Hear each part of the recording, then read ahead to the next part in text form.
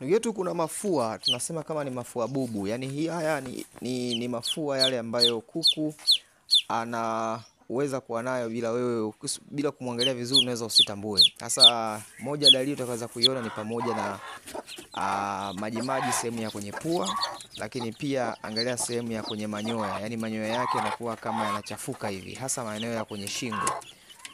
Lakini pia unaweza kaona kuku anaweza akatumia shingo yake, utakuta anajikuna maeneo kwenye uso. Sasa ile shingo au kile kichwa unakuta anaenda kwenye sehemu ya kwenye shingo au kwenye mabega. Angalia kama kuku jinsi anavyofanya hapo. Anatumia miguu yake kujiparua maeneo kwenye uso au maeneo kwenye pua.